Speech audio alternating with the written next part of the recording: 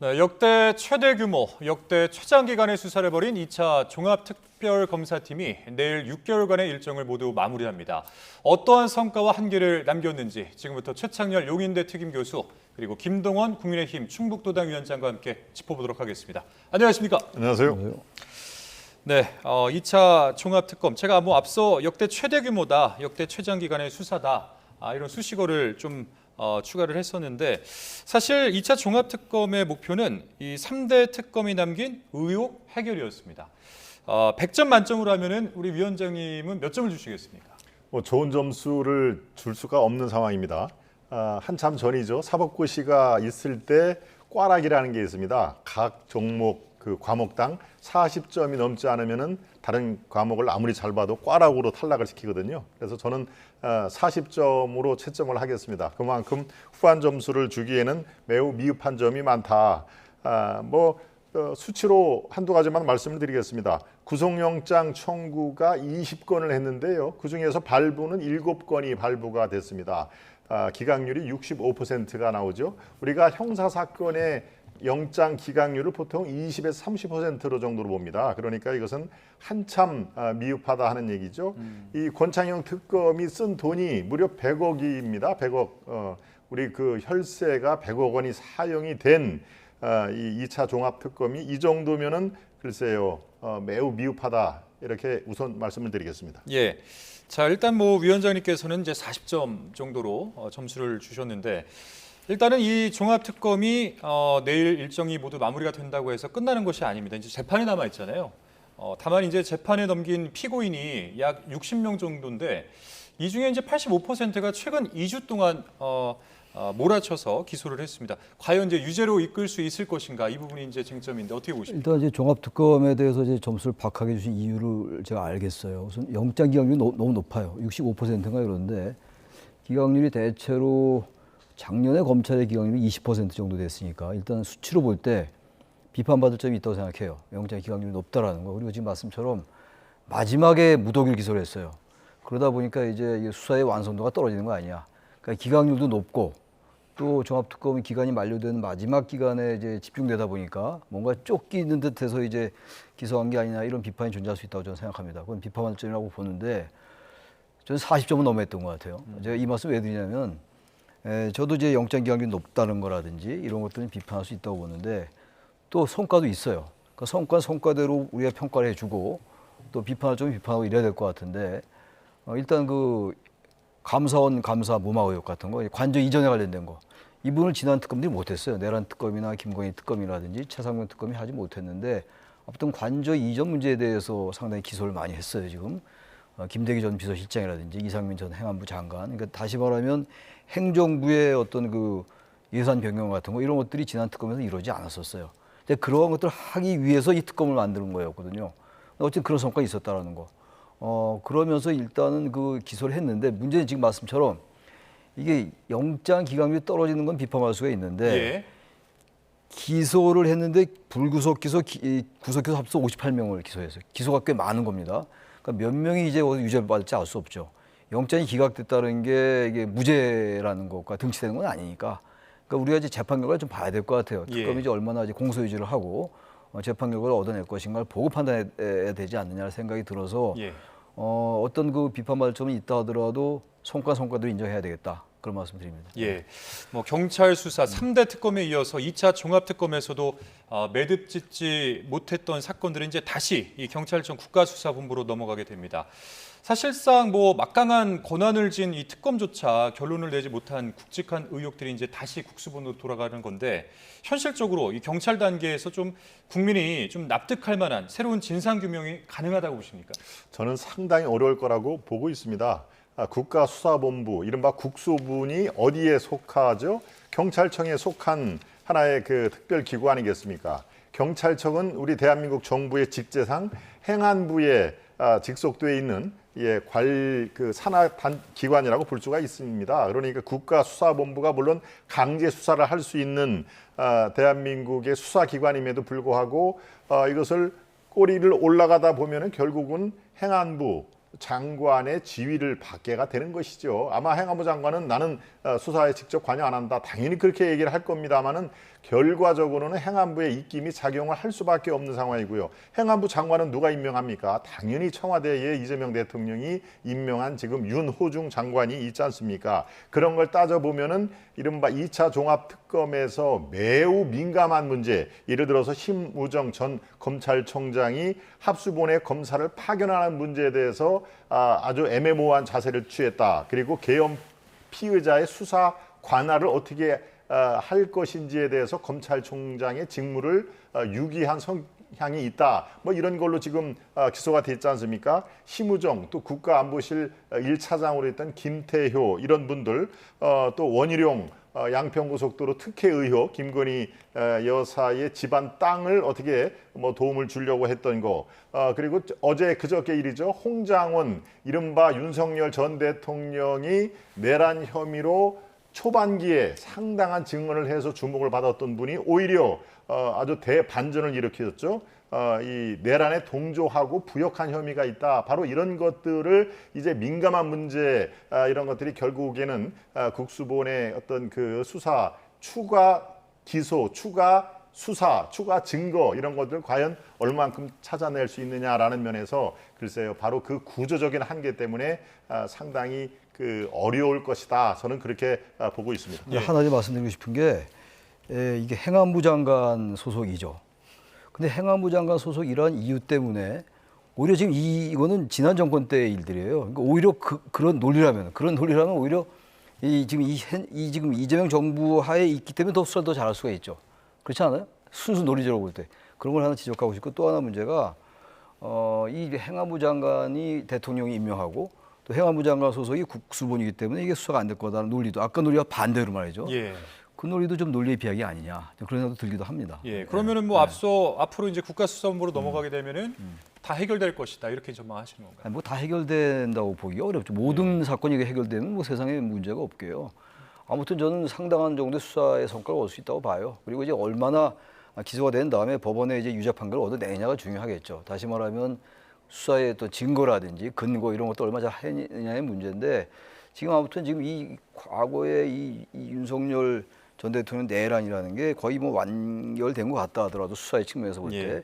이제 이 정도 기소된 거거든요. 그리고 또 국수본으로 넘어가는 것이 있기 때문에 수사 결과 좀 더 지켜볼 필요가 있다고 생각합니다. 예, 알겠습니다. 짧게만 제가 보완을 예, 좀 그러시죠. 드리겠습니다. 바로 권창형 특검이 특검부 그리고 수사관 합해서 거의 한 7, 80명 이상의 수사 인력이 동원된 상황입니다. 아까도 언급됐지만 막판 2주 동안에 무더기 기소가 돼가 있고요.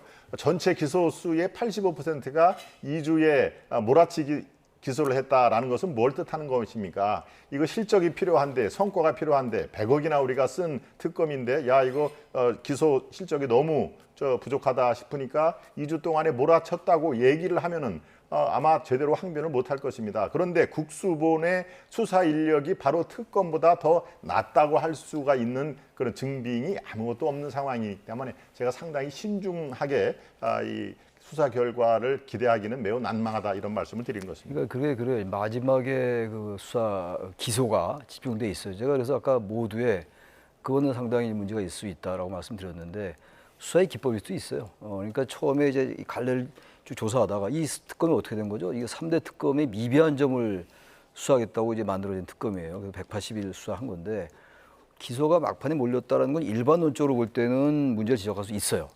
근데 그거 하나만 가지고 이 기소가 잘못됐다고 단정할 근거가 별로 빈약해요. 그러니까 이건 결국 이제 법원의 판결을 봐야 되겠죠. 그때 판단해야 된다라는 생각이 든다는 겁니다. 예. 자, 이제 좀 주제를 바꿔보도록 하겠습니다. 오늘 민주당 김민석 대표의 취임 이후 첫 고위당정 협의회가 열렸는데 이 자리에서 이제 부동산 정책이 주요 현안이었습니다. 그런데 김 대표는 비거주 1주택자의 규제 완화에 이제 방점을 찍은 반면에 앞서 발표된 정부안은 이제 세 부담을 높이자 이제 이런 기조였잖아요. 이게 좀 온도차가 있는 것 같은데 어떻게 보십니까? 그렇습니다. 총리할 때와 당대표 할 때가 이렇게 다른 것입니다. 총리는 그야말로 대통령의 명을 받아서 행정부에 조율을 하는 것이기 때문에 대통령이 부동산 투기는 꼭 잡아야 된다라고 이른바 엄명이 내리면은 총리는 그것을 수행을 할 수밖에 없죠. 그리고 국토교통부라든가 국세청이라든가 이런 것을 이제 조율을 하기 때문에 이런 거에 대해서 목소리를 내지를 못했죠.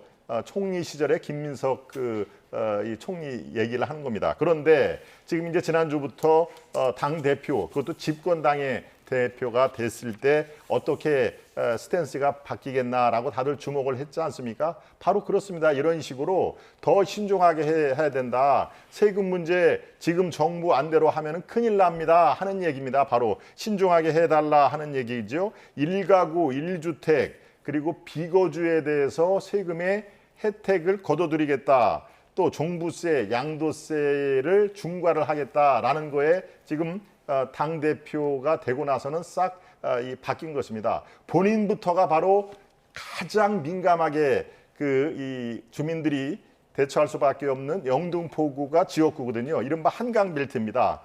이 강남 3구뿐만 아니라 동작구, 영등포구가 다 한강벨트가 있기 때문에 아마 본인이 1년 8개월 남은 총선에서 지금과 같은 세제 폭탄이 떨어지면은 본인조차 생존이 매우 힘들겠다라고 당연히 저는 판단을 할 것으로 생각을 할 것입니다. 그렇기 때문에 당 대표가 된 이상 이제는 표심을 의식을 할 수밖에 없기 때문에 이거 세금 지금과 같아서는 안 됩니다. 종부세, 양도세 이거에 대해서 1가구 1주택 이거는 비거주 거주 관계없이 1가구 1주택은 세금의 혜택을 준다라는 기존의 스탠스를 유지를 해야 됩니다. 라는 것으로 나오는 것이죠. 즉 사유가 비거주에 대한 사유가 우리 대한민국에는 유독 너무 많다. 교육에 대한 문제, 직장 때문에 거주를 할 수 없는 문제 이런 것들을 이제 당대표로서는 살피지 않을 수가 없기 때문에 예. 아마 이렇게 대통령의 목소리와 부동산에 관해서는 상당한 각을 세우는 모습을 보일 것이다. 왜? 그게 당대표로서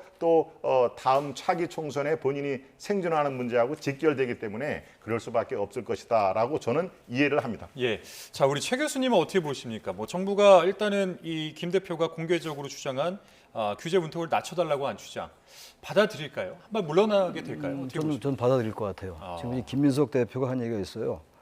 당청 관계를 전면 협력의 창조적 수평 관계로 하겠다. 이게 맞는 말이에요. 그 당정 관계라는 게 이게 무조건 수직적이어서는 절대로 안 되는 거죠. 그건 뭐 당연한 얘기고 수평적이되 정당이 집권당이 말이죠. 대통령이나 청와대, 정부에 건의할 거 건의하고 또 잘못된 거 시정할 거 시정하고 수정 보완할 거 보완하고 이게 바로 이제 수평적 협력 관계입니다. 근데 지금 이제 이 부동산 문제, 특히 세제 문제에 대해서 여론이 안 좋아요. 왜냐하면 이제 대통령의 지지율이 지난주 이제 하락이 일단 멈췄는데 예. 반등으로 갈지는 뭐 일단 지켜봐야지 알겠습니다. 일단 멈췄어요. 그런데 이제 그동안 이 여러 하락의 요인 중에서 가장 많이 꼽힌 게 부동산 문제였어요. 수치상에 나오는 거고 세제 문제가 같이 이제 결부돼 있죠. 세제 문제 중에서 가장 많이 지적된 게 바로 이 문제였다고요. 비거주 1주택 문제를 똑같이 이 다주택 투기 수요와 같이 볼 것이냐의 문제란 말이죠. 근데 그 문제는 그런 식의 이제 정책의 방향은 설정을 했는데 그게 이제 여론의 어떤 비판에 직면한 거예요. 그러니까 정당 대표가 이거 문제가 있네 하고 있으면 당정협의회에서 이 문제를 제기한 겁니다. 정부가 안 받을 리가 없죠. 일단 저 정책을 내놓고 보니까 이게 국민들에게 비판 여론이 많이 있으니까 그래서 존재하는 거예요. 이제 받아들이게 되면은 지지율 반등도 한번 기대해 볼 수 있다. 저는 반등할 계기를 마련할 수 있다고 봐요. 예, 네. 알겠습니다. 자, 이번에는 이제 조희대 대법원장 이슈로 한번 넘어가 볼 텐데 이 조희대 대법원장에 대해서는 여당과 청와대가 동시에 화력을 모으고 있는 상황입니다. 앞서 이 조 대법원장은 대법관 후보 2명을 청와대에 서면 제청을 했는데 오늘 민주당은 조희대 대법원장의 사퇴를 또 압박했습니다. 녹취 준비되어 있습니다. 들어보시죠. 희대는 세상에 매우 드물다는 뜻이지만 역사적 비극이나 참담함을 드러낼 때 주로 쓰입니다. 역사는 왜곡된 사법폭주의 정점에 조희대 대법원장이 그 부역자의 자리에 노경필 법원 행정처장이 있었음을 영원히 기록할 것입니다. 사법부 독립을 위해서 대법관 제청만큼은 대법원장의 고유한 권한으로 남겨둬야 합니다. 대법관을 자신의 입맛에 맞는 사람으로 임명하고 결국 그 종착역은 대통령의 무죄 판결이라면 이것은 분명히 위헌적인 작태입니다. 네, 뭐 조희대 대법원장이 대통령을 패싱하는가가 사실 이 논란의 핵심인 것 같은데, 뭐 청와대는 어떠한 협의도 없었다 이런 입장이고, 또 하지만 이 노경필 법원 행정처장은 민정수석과 협의를 했다 이런 입장입니다. 어떻게 들으셨습니까? 행정처장이 거짓말을 할 리가 있겠습니까? 그건 아마 시청자 여러분께서 아실 것입니다. 이거는 뭐 꼭 직제의 문제가 아니라 법원 행정처장이 저 국회에 나와서 증언을 할 때 민정수석과 이거는 이 합의와 협의를 했습니다. 즉 합의는 무엇이냐? 서면 신청을 하는 것을 합의를 했다는 얘기고 협의는 민정수석과 사전에 조율을 했다라는 얘기인데 더 중요한 게 대통령과의 면담 날짜를 잡아주지 않았다라는 것이 바로 법원 행정처장의 얘기 아닙니까? 이것을 없던 것을 있는 척 얘기를 할 리는 없었고요. 자, 상황이 이 정도 되면은요, 저는 이재명 대통령이 이제 명확한 입장을 밝힐 필요가 있다라고 이재명 대통령이 자주 하는 대국민 기자회견 뭐 이런 걸 통해서 이제 밝히셔야 됩니다. 더 이상 이거 갖고 국력 소모가 언제까지 이게 이어져야 되겠습니까? 이게 바로 아니다. 재청권이 임명권보다 먼저일 수는 없다. 대통령의 임명권이 더 중요하다라고 얘기를 하든가 아니면은 앞으로 22명의 대법관 다 지금처럼 내가 나에게 유리한 사람을 뽑을 것이다라고 당당하게 밝히던가 명확한 입장을 이제 대통령께서 밝히셔야 됩니다. 왜 그러냐? 바로 직전에 보안 수사권 문제가 전 대한민국을 휘몰아칠 때 그때는 본인이 얘기를 했지 않습니까? 단 한 명의 억울한 국민이 나와서는 안 되기 때문에 꼭 필요한 보안 수사권만은 남기는 게 좋겠다. 신중하게 접근을 해야 된다라고 얘기를 하면서 그렇지만 국회 의견을 존중하겠다라고 하면서 보안 수사권은 대통령의 의지를 전했지 않습니까? 국민들이 그래서 그때는 환영을 했던 것입니다. 예. 이번은 왜 이렇게 침묵을 지키십니까? 이거에 대해서 대법원장의 지금 탄핵까지 조금 전에 그 집권 여당의 대변인이 정말 희대의 성명을 발표하면서까지 얘기를 할 때 침묵을 더 이상 하면 안 된다. 면담 요청을 왜 사실상 거부를 했는지 이거를 얘기를 해 주셔야 됩니다. 왜 김민기 판사를 고집을 하는지 이것을 대통령께서 뭐 기자회견이든지 아니면 뭐 다른 방식으로 얘기를 해서 이 소모적인 국력 낭비 이것을 빨리 이 안정을 취해야 되지 않겠습니까? 예. 그러니까 지금 현재 대통령의 입장 표명 저는 반드시 필요하다라고 촉구를 합니다. 네, 헌법에서는 이 대법원장의 제청으로 또 국회의 동의를 얻어서 대통령이 임명하는 것이라고 이제 규정을 하고 있는데 그러면 대법원장의 제청이 우선인가, 대통령 임명이 더 무게가 있는가, 뭐 이런 논의도 있는가 하면 또 이런 견해도 있는 것 같습니다. 대법관 인선을 대법원장과 대통령이 그동안 밀실 또는 물밑에서 협의를 해왔던 거냐, 이런 목소리도 있던데 이 문제에 대해서 어떻게 보세요, 교수님? 이 문제가 말이죠. 갈래가 너무 많아요, 지금. 일단 지금 말씀하신 건 이제 성경 홍보수석은 구체적인 제청 방식에 대해서 협의 자체가 없었다고 얘기하고 있고 그러니까 이건 더 이상 얘기할 필요 없어요. 진위가 전혀 다르니까. 예. 이 문제가 잠깐 비판하면 뭐 청와대 법원행정처장이 거짓말 이렇게 접근하면 안 될 거고 일단 그거 다 치고 지금 질문하신 거 이 뭐 104조 2항에 나온 게 뭡니까? 대법원장이 대법관을 제청하고 국회가 동의하면 대통령이 임명한다. 예. 그러니까 대통령이 임명을 안 하면 그 앞서 두 가지가 다 있다 하더라도 안 돼요. 대법관의 그 임명이 완결체로 이루어지지 않는다고요. 이게 임명이 더 무거운 것이다. 아니 그게 제가 그렇게 주장하는 게 아니고 예. 제청과 국회와 대통령을 같이 세 개가 같이 결합되어 있는 거예요. 이 구조가. 예. 제청이 먼저다, 임명이 먼저다, 국회 동의가 먼저다. 아무런 의미가 없어요. 그런 논의는. 이 중에서 하나만 그 결격상에 봤으면 이게 이루어지지 않는 거예요. 그 대법관의 제청을 대법원장의 권한입니다. 권한 행사한 거예요. 그러니까 위법하지 않아요. 불법 아니고 헌법 위반 아닙니다. 그리고 대통령이 뭐 어떻게 청와대가 앞으로 어떻게 할지 모르겠는데 문제는 이 서면 제청이라는 권한 행사가 잘못됐다는 게 아니라 그만큼 이 헌법 정신은 대법원장이 임명한다가 아니란 말이에요. 대법원장이 제청하고 국회가 동의하고 대통령이 임명한다라기 때문에 예. 사법과 입법과 행정이 같이 결부되어 있다고요. 이게 제도적 설계예요. 원래는 63년도의 헌법에는 제가 알기로는 그땐 대법관이 아니라 대법원 판사였어요. 대법원 판사를 법원 그 추천위에서 이거 제청하면 대법원장이 제청하는 그런 형식이었어요. 그 국회 동의가 없었다고요. 그리고 87년도에 9차 개헌 때 국회 동의가 들어갑니다. 이 대통령 임명하는 구조가. 그러니까 이건 다시 말하면 대법원장이 제청을 하되 대법원장이 어쨌든 대통령과 국회와 같이 협의하라는 형식이 들어가 있는 거예요. 근데 그래서 이게 관행적으로 관례적으로 대통령과 대법원장이 협의해 왔던 겁니다. 근데 그게 지금 두 번째 질문. 이게密室에서 협의하는데 그런 논리 맞지 않아요. 그래서 그런 여러 가지가 있기 때문에 협의해 왔고 그런 다음에 어느 정도 조율이 된 다음에 합의는 아니에요, 이거는. 그 대통령이 임명한 사람을 지정한 사람이 된다는 건 아닙니다. 예. 그만큼 여러 가지 문제가 헌법적인 정신이 있기 때문에 협의가 이루어져 왔던 거예요. 근데 이번에 조희대 대법원장 어쨌든 간에 대통령과 의견이 맞지 않았어요. 특정인 파서 자꾸 얘기할 거 없고 그런 식으로 자꾸만 이 논리를 논리적으로 접근해야지 대법원장을 모든 대법관을 뭐 유리한 사람 임명 이렇게 가면 이 논의가 다른 데로 간다고요. 이는 그대로 봐야 돼요. 근데 대통령이 임명을 하려 하는데 뭔가 협의가 안 됐어요. 근데 이 대법원장한테는 문제를 제기하기 어려워. 왜? 서면 제청한 것에 대해서 관례와 관행에 대해서 문제 제기할 수 있으나 헌법적 권한을 행사했어요. 그래서 제가 말씀드리는 거는 법원 행정처장이 얘기한 이건 둘째로 치고 예. 그건 이 성경 홍보수석과의 주장이 다른 것이기 예. 때문에 둘이 앉혀놓고 우리가 뭐 대질심할 수 없는 거 아닙니까? 그 논의는 좀 별개로 하고 예. 논의가 너무 갈래가 섞이면 안 된다는 네네, 거죠. 네. 그래서 대법원장의 이 권한 행사니까 전 국회가 임명 동의를 들어가서 부결을 시키든 그건 알 수 없어요. 부결될 가능성이 많겠죠. 만약에 임명 동의안을 제출하면 이거 대통령 임명 동의안은 대통령이 제출하는 겁니다. 예. 근데 대통령 임명 동의안 제출 안 할 수도 있고 반려할 수도 있어요. 근데 반려는 헌법에 나와 있질 않아요. 대법원장이 제청한 이 사안을 대통령이 반려한다. 이건 좀 애매합니다. 지금 현재. 객관적으로 얘기해야 돼요. 이런 사안은. 그래서 저는 여당도 가지고 탄핵한다 얘기하면 안 돼요. 탄핵 사유가 안 됩니다. 이거는. 정치적으로 공세할 수 있고 물러나라고 압박할 수 있습니다. 정치적으로. 근데 이 부분을 탄핵해라. 탄핵은 헌법과 법률에 명확히 위반돼야 돼요. 헌법 65조입니다. 그거는. 그래서 저는 여당도 물러나라고 얘기할 수 있어요. 그 정치적으로 과도한 공세할 수 있습니다. 약간 희대에 간 뭐 조희대 대법원 얘기한 것 같은 건 모르겠는데 네. 제가 아무튼 간에 있는 그대로 봐라 이러니. 그러니까 지금 현재 이 상태에서 대법원장은 사실상 정치란 거나 마찬가지예요. 이제 그런 건 비판할 점이라고 생각하는 게 지난해 5월 달에 이미 파기환송했죠. 6월 3일 대선이었어요. 그건 대선 한 달 남겨놓고 파기환송한다?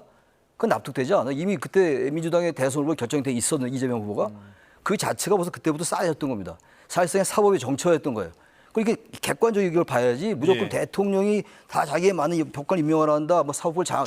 이게 사법부 장악과 무슨 상관이 있습니까? 지나치게 정치로 하면 안 된다는 말씀 제가 드리는 겁니다. 예. 제가 짧게만 보완을 자, 근데 저희가 시간이 좀 한정적이라서 뭐 비슷한 질문이긴 합니다. 근데 네. 지금 이제 국회 법제사법위원회가 이제 여당 주도로 이 조희대 대법원장을 현안 질의 증인으로 채택을 했잖아요. 이 부분도 같이 한번 결부시켜서 한번 답을 한번 해주시죠. 그렇습니다. 뭐 증인을 신청할 수는 있죠. 그런데 증인을 신청하는 그 배경을 우리 시청자 여러분 잘 아실 겁니다. 지난번에 국회에 증인 신청해가지고 또 한바탕 파동을 빚지 않았습니까? 이게 이제 입법, 사법, 행정 3부의 수장인 이 대법원장을 망신 중이다라고 일각에서 비판을 하는데 그거 아니다. 정당한 증인 채택이다라고 얘기를 하죠. 그런데 법원 행정처 페이지까지 같이 들고 나왔습니다. 그러니까 그 의도는 우리가 미루어 충분히 짐작할 수 있죠. 이 대법원장은 아예 청문회 증인대에 세워서 맹공을 펼치면서 스스로 모멸감을 느껴서 아마 법복을 벗게끔 만들 그럴 의향 아닙니까? 법원 행정처 폐지, 이게 도대체 누구를 위한 폐지입니까? 똑같습니다. 대통령이 계엄을 했다고 대통령 비서실을 폐지하자라는 거와 도대체 뭐가 다릅니까? 그러니까 감정적, 보복적 이런 이 대응 이런 것들은 지금 대법원 원장의 문제가 아니라 입법, 사법, 행정 기본 3권 분립이 초등학교 교과에서 나오는 가장 기본적인 것도 지금 지키지 않는 것이죠. 어느 게 논리적인 거나 한번 보십시오. 김문기 판사를 고집하는 이유, 손봉기 부장판사는 안 되는 이유, 이거를 제대로 설명을 못하지 않습니까? 그렇다면 앞으로 22명이 이재명 대통령 임기 내에 임명을 할 수 있습니다. 대법관 얘기를 하는 것입니다. 그러면 대법관을 지금처럼 마음에 들지가 않는 사람들은 다 이것처럼 패싱을 이유로 임명을 거부를 하면은 결론은 대통령과 코드가 맞는 사람을 임명을 하겠다는 거, 이게 당연히 논리적인 거 아니겠습니까? 그러면 그 끝에는 본인의 5개의 그 재판, 12개의 법적인 의혹, 이것을 다 피하겠다라고 하는 그 시중의 어떤 이 의혹, 이것들이 그대로 연결이 된다. 이런 것을 저는 훨씬 더 논리적이라고 판단을 합니다. 네, 제가 좀 얘기 좀 해도 돼요? 네, 마지막 발언이 되실 것 같습니다. 이건 좀 반박해야 되겠어요. 예, 제가 말씀해 웬만하면 반박 안 하는 편인데 예. 제가 일단 법원행정처 폐지 얘기를 많이들 하더라고요. 법원행정처 폐지 얘기는 많이 있었던 얘기예요. 이재명 정부 때만 있었던 얘기는 아니고 지금 대통령 탄핵 때문에 대통령 비서실 없애고 너무 논리 비약이에요. 무슨 얘기냐면 법원행정처를 없애자는 거는 법원에 사무처 두자는 얘기예요. 국회 사무처가 있죠. 어떤 분도 국회 사무처가 비유를 하던데 국회 사무처가 국회의장 직속이긴 합니다만 국회의원들을 완전히 편들지는 않는데 법원행정처가 심해요. 그래서 법원행정처를 지금 완전히 이 대법원장을 보좌하는 사무소를 만들자는 얘기이기 때문에 이건 그렇게 정리를 하고, 그다음에 제가 아까도 말씀드린 건데 이번에 서면 제청 문제 제가 여러 가지 얘기를 했어요. 지금 대통령과 국회와 대법원장에 다 권한이 있다. 그런데 이 부분을 자꾸 대통령의 이재명 대통령의 사법 리스크와 연관시키고 또 22명의 대법관 전부 이렇게 패싱하냐, 이런 과정이 어디 있어요. 이렇게 얘기하면 안 되죠. 이게 지금 처음 생긴 일 아닙니까? 헌정사의 처음이에요. 근데 이거 아직 어떻게 해결할지 해결의 방향도 아직 잡히지가 않았다고요. 반려할지 국회가 임명 동의에 들어갈지 아직 모르는 거 아닙니까? 단지 우리는 대법원장의 서면 제청권은 인정을 인정하면서 이 토론을 해야죠. 무조건 이재명 대통령 다 사법 리스크다. 이게 뭘 근거로 사법 리스크를 얘기합니까, 이거? 이렇게 대담하면 안 돼요, 이거는. 제가 반박하는 겁니다, 그래서. 알겠습니다. 우리 뭐 위원장님께 더 시간을 드리고 싶긴 한데 마지막 주장으로 오늘 출연은 마무리를 좀 짓도록 하겠습니다. 지금까지 최창열 용인대 특임 교수 그리고 김동원 국민의힘 충북도당 위원장과 얘기 나눴습니다. 오늘 말씀 고맙습니다.